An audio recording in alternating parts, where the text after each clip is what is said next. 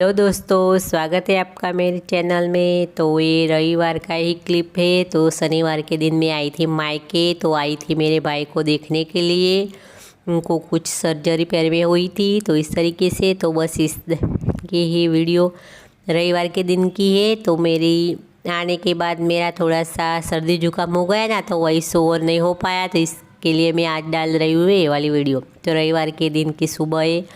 तो मैं हूँ मम्मी पापा के साथ में सुबह में ही।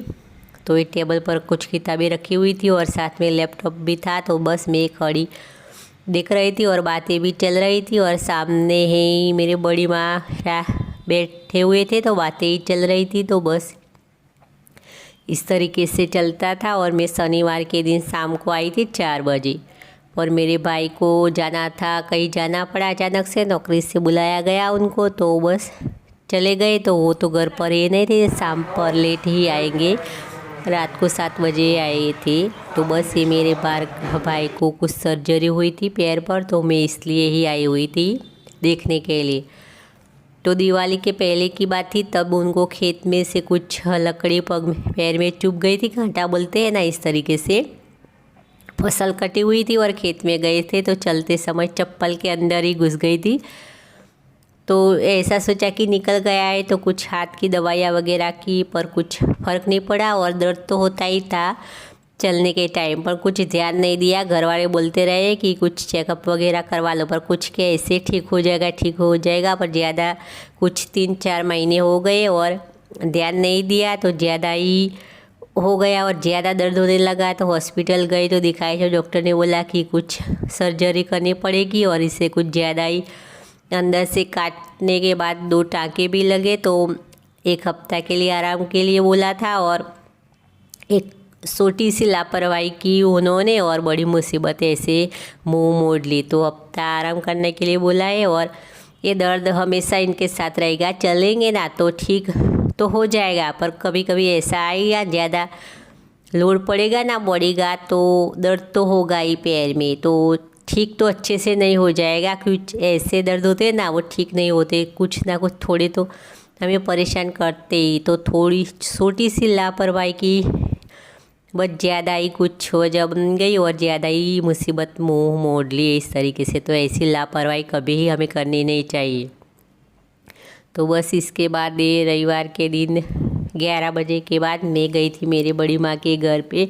बस मुझे बुलाया था, आते हैं ना मेहमान तो बस चाय पीने के लिए बस बुलाते हैं ना, तो बस इस तरीके से। तो मैं बड़ी माँ के घर थी, तो बड़ी माँ ही मेरे पास बैठी हुई, सामने मेरी मम्मी है चेयर पर और पास में बड़ी माँ की बहू है मेरी भाभी। तो बस इस तरीके से बातें चलती है। मायके में जाते हैं तो बस इस तरीके से होता है, बस बातें ही चलती रहती है, काम वाम तो कुछ करते नहीं। तो ये बस कुछ दोपहर का टाइम था। तो भाई ऐसे आराम के लिए बोला है, पर वो इस तरीके से आराम तो एक तरफ से कर ही नहीं रहे, बस चलते फिरते ही रहते हैं, पैर में दर्द होता है फिर भी। तो मैं हूँ, मेरी मम्मी है, बड़ी माँ है और मेरी भाभी है। तो बस कुछ उनको ब्लाउज का काम था, तो कटिंग वगैरह कुछ करना था, तो इसलिए ही हम बैठे हुए थे। तो बस ये कपड़े वगैरह आगे थे वो। तो बस इस तरीके से काम भी चल रहा था उनका और बातें भी हो रही थी। तो बस इस तरीके से ही। और इसके बाद मुझे निकलना ही है घर जाने के लिए। मैं 4 बजे तो निकल ही जाऊंगी घर जाने के लिए अपने। तो बस ये दोपहर का ही टाइम था। तो अब मैं तैयार होकर ही बैठी हुई हूँ और बातें चल रही। तो मेरे जाने की सब तैयारी हो गई है, मैंने अपना सब सामान अच्छे से बस पैक कर लिया है। तो बस इस तरीके से तो सब बैठकर बातें ही चल रही है। तो अब हम आधे घंटे में ही बस मैं निकलने वाले हूँ, इस तरीके से ही था। तो 3 बजे के बाद का ही टाइम था।